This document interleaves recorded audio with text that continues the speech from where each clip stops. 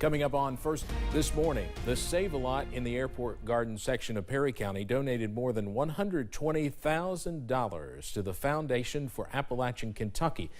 The foundation has given out close to $6 million in flood relief. Tanya Shepard with the foundation says donations are going out as soon as they come in. The work is still going on. We still have people living in tents. We still have people that have a lot of work that need to be done. So we're in the recovery process right now. We're working hard to get people back into their homes. The $120,000 will go to the Housing Development Alliance as it continues building homes for those impacted by flooding. Lieutenant Governor Jacqueline Coleman made a trip to the mountains today, visiting students in Floyd and Johnson counties. Coleman stopped at Allen Elementary School early this morning, going back to her roots in education to learn about the Floyd County kids and see a day through their eyes. She then hopped over to Paintsville High School, meeting with the Tigers in the afternoon. Coleman says it's always an eye-opening experience to be back in an educational setting, seeing the future of the region in action. The young people of Kentucky are passionate, they're engaged, they're involved, and I see leaders developing all the time, and that's what I got to see there. Coming up at 6, see the Lieutenant Governor in a new role, serving as principal for a day at Allen Elementary. Well, during the last week, several school districts across the region have canceled school due to illnesses, and public health officials say we have not even hit the peak for this wave of viral illnesses. Health officials are concerned about the recent trends for COVID, flu, and RSV, especially since this spike is happening earlier than usual. Infectious disease specialist Dr. Ferris Cotter says this can be attributed to everyone letting their guards down following the height of the pandemic. So because we've been wearing masks for 3 years now, almost 3 years, and our bodies have not seen these viruses for a while. So the body is seeing these infections again, and then people are getting sick from lack of immunity. Dr. Cotter says although these school closings can help prevent the spread of these viruses now, it's only a temporary fix. He says people must continue getting their flu shots, receive the COVID-19 boosters, and continue practicing other safety precautions.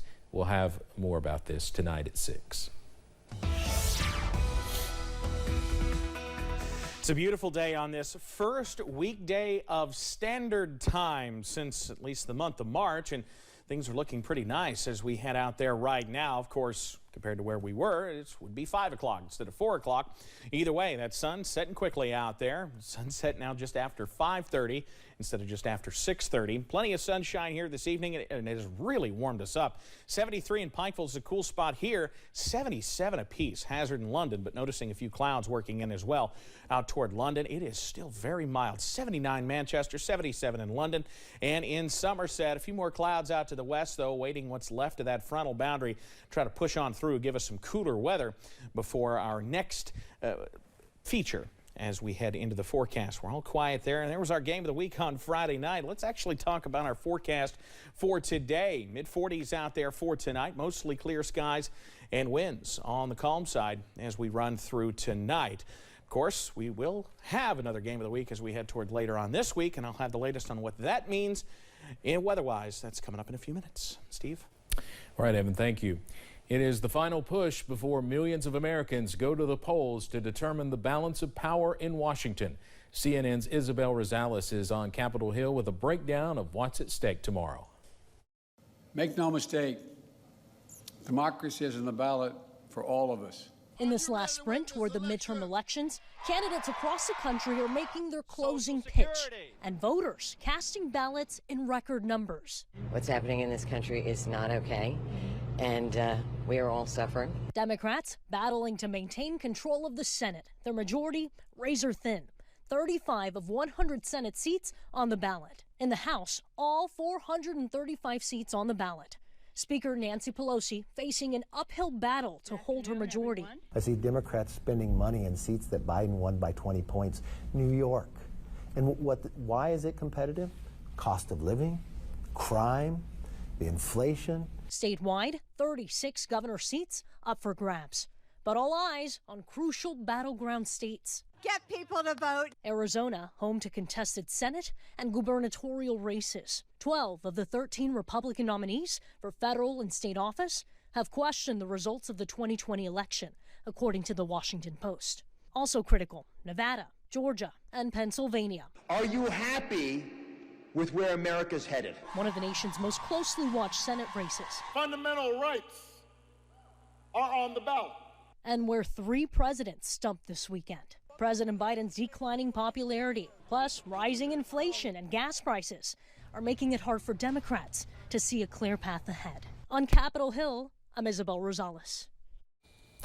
Data from elections officials, Edison Research, and Catalyst report more than 41 million pre-election ballots have been cast across 47 states. Pre-election voting has been ahead of the 2018 midterm pace across the states where there is data available from the last 3 cycles, but it's still too early to know if overall turnout will reach 2018 levels since voting patterns may have changed in the last few years.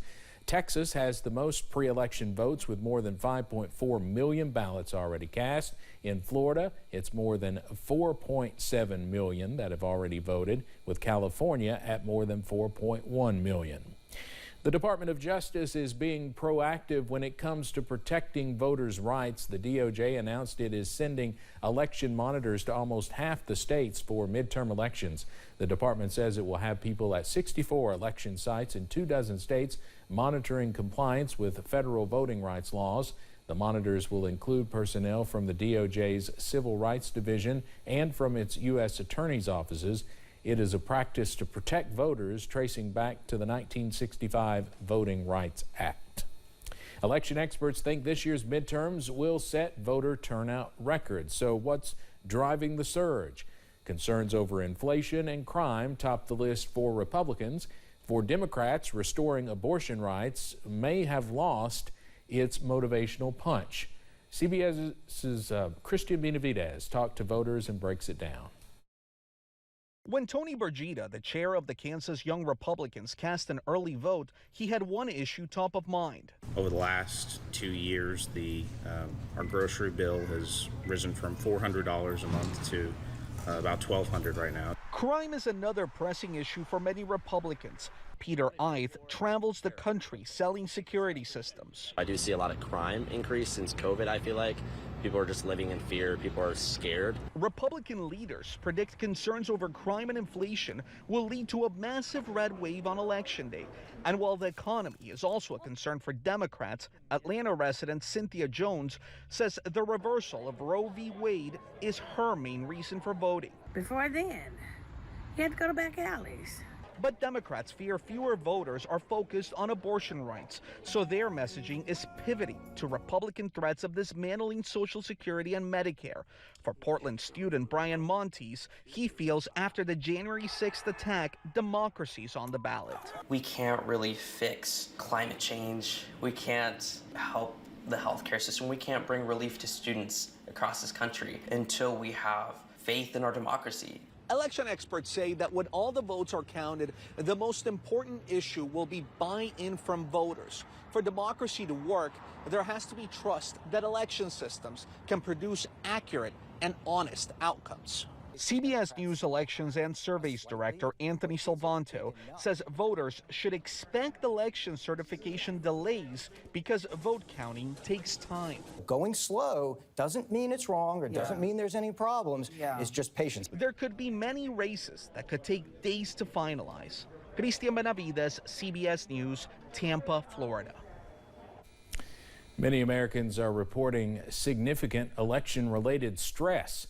Considering the tense political climate, many are feeling anxious about the big day. Some experts refer to it as election stress disorder.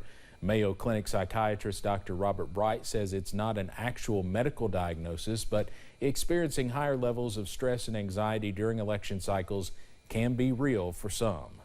Difficulty getting to sleep or waking up early and not being able to let go of that.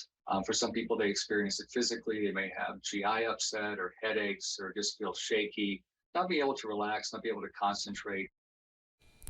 A recent survey from the American Psychological Association shows 2/3 of adults say the current political climate is a significant source of stress in their lives. More than 76% are stressed about the future of our nation. Coming up on First at 4, more than 100 world leaders take part in negotiations on climate action at the COP27 conference in Egypt. Plus, we're keeping it mild and sunny for now, but we do have some rain in the picture toward the end of the week. That breakdown is on the way.